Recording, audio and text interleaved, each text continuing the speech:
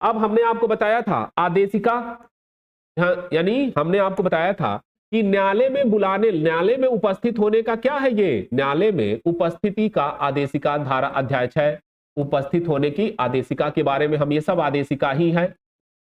यानी न्यायालय में अभियुक्त को उपस्थित होने के लिए तो हमने आपको बताया था कि सम्मन जारी होगा, फिर वारंट जारी होगा, फिर कह रहा है वारंट के स्थान पर अगर कोर्ट चाहेगा तो, हमेशा नहीं, वारंट के स्थान पर, सॉरी सम्मन के स्थान पर वारंट जारी होगा।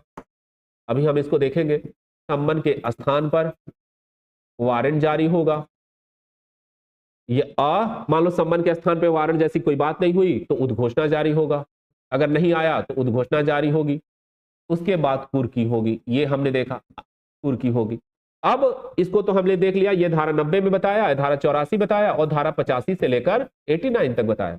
अब धारा 91 और 92 क्या कह रहा है, इसको भी हम देखेंगे। अभी धारा 91 और 92 कह रहा है कि अगर अभियुक्त कोर्ट में ऑलरेडी उपस्थित है, मान लो हत्या हुई या कोई भी कार्य हुआ, उसके खिलाफ एफआईआर हुआ और वो कोर्ट में ऑलरेडी उपस्थित है, तो फिर सम्मन और वारंट और कुर्की आदेश जारी करने की आवश्यकता क्या है? ये तो हम उसको बुलाने के लिए कर रहे थे, वो ऑलरेडी उपस्थित है।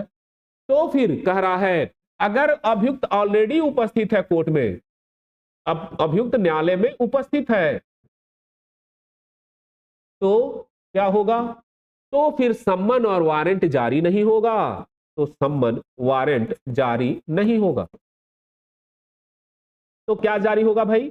तो कह रहा है तो उसको बंधपत्र बॉन्ड भरना होगा, बंधपत्र भरना होगा, बॉन्ड भरना होगा। किस बात का बॉन्ड भरना होगा?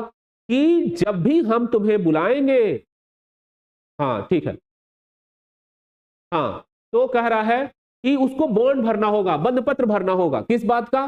कि जब भी हम तुमको बुलाएंगे क्या होगा? आप कोर्ट में हाजिर होइए, बंधपत्र या जमानत पत्र,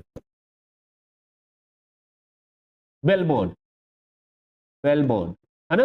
तो अगर वो कॉल ऑलरेडी उपस्थित है कोर्ट में, फरार नहीं है, गिरफ्तार हो गया था, तो मान लो गिरफ्तार हो गया, तो सम्मन की क्या जरूरत है? गिरफ्तार हो गया तो वारंट की क्या, उद्घोषणा, ये तो सब फरार व्यक्ति के लिए है। अब अगर वो गिरफ्तार हो गया है, कोर्ट में उपस्थित है, तो फिर क्या होगा? बॉन्ड वाली प्रक्रिया होगी, जमानत की बात होगी, कोर्ट जमानत देगा कि नहीं देगा, या